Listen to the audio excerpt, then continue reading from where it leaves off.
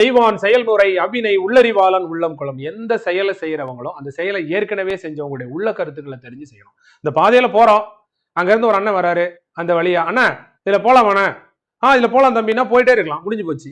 அதை விட்டு நம்ம போனா பயந்து பயந்து போகணும், பாதியில திரும்பி வரணும், இது தேவையா? அப்ப என்ன, இன்னைக்கு போட்டித் தேர்வு படிக்கிறவங்களுக்கு இன்னைக்கு வந்து எவ்வளவோ கைடன்ஸ் கிடைக்குது.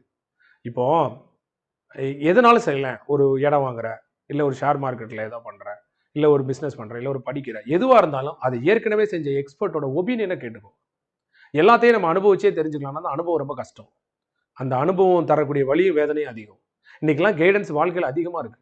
நீங்க யூத் பேப்பர் அப்படின்னு சொல்லிட்டு ஒரு யூடியூப் சேனல் இருக்கு, உங்க எல்லாருக்கும் தெரியும். அந்த சேனல்ல ஆயிரக்கணக்கான வீடியோ இருக்கு. எக்ஸ்பர்ட்ஸ் எல்லாரும் அவங்க ஒப்பீனியனை சொல்றாங்க. எப்படி ரிவிஷன் பண்ணணும், எப்படி நோட்ஸ் எடுக்கணும், எப்படி நான் இந்த கஷ்டங்கள் எல்லாம் தாண்டி நான் வந்தேன், இது அத்தனையும் அற்புதமா அந்த அந்த யூடியூப் சேனல்ல உண்மையிலே அந்த சாருக்கு வந்து ஒரு தேங்க்ஸ் சொல்லணும். ஏன்னா அத்தனை உயர்ந்த மனிதர்களுடைய வரலாறு மட்டும் இல்லை, மோட்டிவேஷன் மட்டும் இல்லை, கைடன்ஸ், அவங்களுடைய கைடன்ஸ் அவ்வளோ அழகா அதுல கொடுத்துருக்காங்க. இன்னைக்கெல்லாம் செய்வினை செய்வான் செயல்முறை அவ்வினை உள்ளறிவாளன் உள்ளம் குழல்ங்கிறதுக்கு ஏற்கனவே அந்த காரியத்தை செஞ்சவங்க நிறையா. நம்ம பட்ட கஷ்டத்தை விட அதிகமாக கஷ்டப்பட்டு ஜெயிச்சவங்க நிறைய பேர் இருக்காங்க. அந்த வீடியோஸ்லாம் நீங்க எடுத்து பாருங்க. நாம எந்த ஸ்டேஜ்ல இருந்தோமோ அதை விட மோசமான ஸ்டேஜ்ல இருந்து ஜெயிச்சிருக்காங்க நிறைய பேர். அப்போ அவங்களால முடியும்னா நம்மளால முடியும், ஒன்னால முடியும்னா என்னால முடியும். இன்னைக்கு இல்லைன்னா பின்ன எப்போ?